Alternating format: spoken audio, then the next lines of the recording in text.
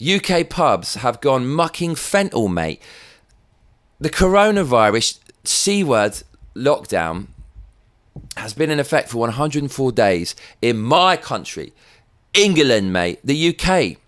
And it's ended. And pubs opened for the first time at 6 a.m. yesterday. And everyone went mucking fentanyl, mate, all over the fucking place. People were legless, mate, looking at rather worse for wear, stumbling around and just doing what Brits do best. Fucking smash it, mate. Smash everything.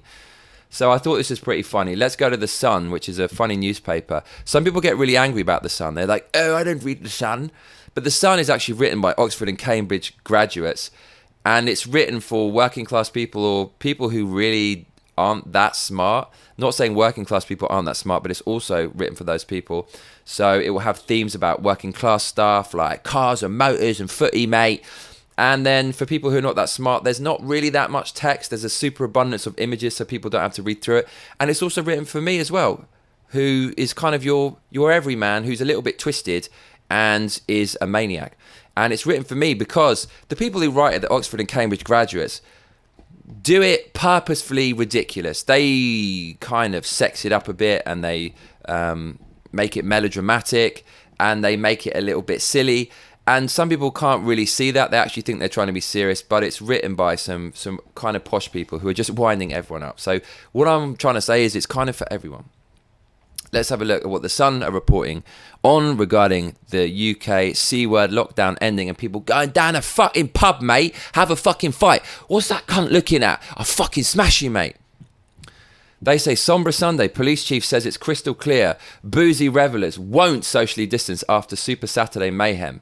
So this is really funny. I saw an article a few weeks before this about the ridiculous amount of red tape and new rules and bureaucratic hoops that pubs would have to jump through in order to reopen, and all the tables are separated and there's screens between every table, and the waitresses come over and serve it on a platter. They don't touch it and they're all wearing gloves. But the reality of what happened is wicked, mate. Look at this. Let's fucking have it. Nobody wearing masks. I love this. And this just shows you, look, it's not working. We as a society cannot just stay inside forever, right? There comes a point when I'd much rather contract this virus than live in this dystopian future. You had your chance, government. It's not the virus that has done this. It's you. You are the ones who just did what everyone else is doing and shut shit down, tanked the world economy for something that's not even that deadly. You're the one who's done it. If you'd have done it properly, you could open up and it would be relatively all right. But because you pussyfooted around, especially in the UK, and you fucked it up, it's your fault. And we just can't take it anymore. We'd rather catch the fucking C word. We want to go out. We want to continue to live.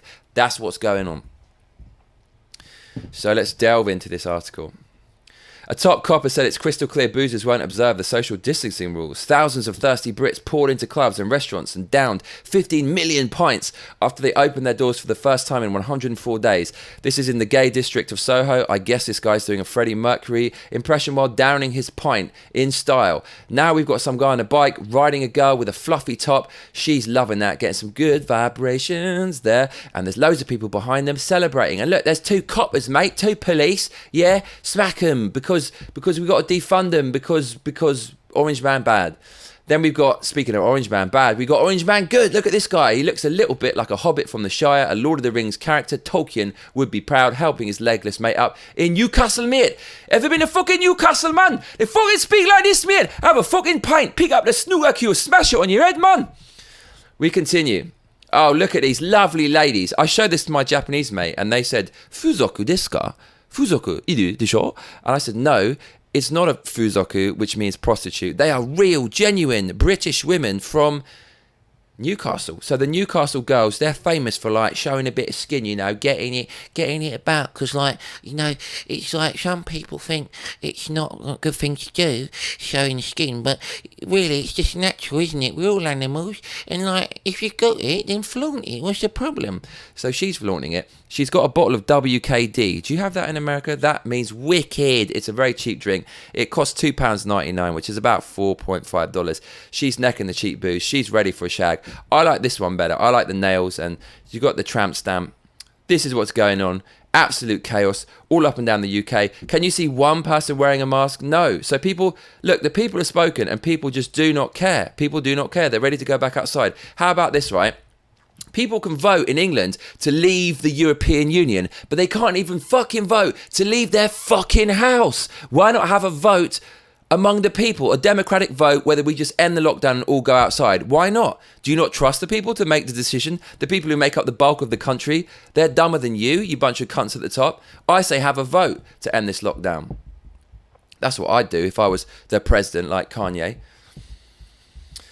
So, wow, we really started to take off at the end there, didn't we? So I told all my mates about this, British people going mad, and the range of responses is just analogous to the range of responses in the political world at the moment as far as America and England goes. So I told my mum, and bless her, Mum, if you're watching, I love you very much and I miss you and I hope I see you at Christmas. My mum said, unacceptable, no other European country has behaved so irresponsible. Very sensible, Mum. Obviously people who are a little bit older are going to be more concerned about the coronavirus. So that's my mum's take. And then I got the take from my best mate, and he said, he just sent some picture of some chavs, as we call them in England. Wicked, taking pills. So this guy is absolutely off his face on ecstasy. He must have had at least 10 tablets, I'm guessing 20, up to 20. His life is on the edge, and he's gurning, and he's chomping his teeth, and he's taking pills. And the reason he sent this is because, just because of this. Look, right, I'm English, mate. Fucking wicked. Take some drugs. What you look at? I'll fucking smash you. Break it. Let's break the bus stop. Come on, let's fucking smash the bus stop. That's the kind of British mentality. And that's what my friend was saying. So he was kind of making a joke about all the British people just going crazy. Then I told my other mate, and I said, have you seen this? And he said, I don't read The Sun, mate. But yeah, people need to numb their shit. They don't want to face what's coming. So that's much darker philosophically. He thinks loads of bad things are coming. He's a bit of a conspiracy theorist. He thinks, I guess the coronavirus is all a big hoax and it's done by the shadowy elites because they want to tank the economy and buy up all the vacant businesses. And then I said to my cousin in a Newcastle accent, down the pub, mate. I said, down the pub, mate. Down the fucking pub, man.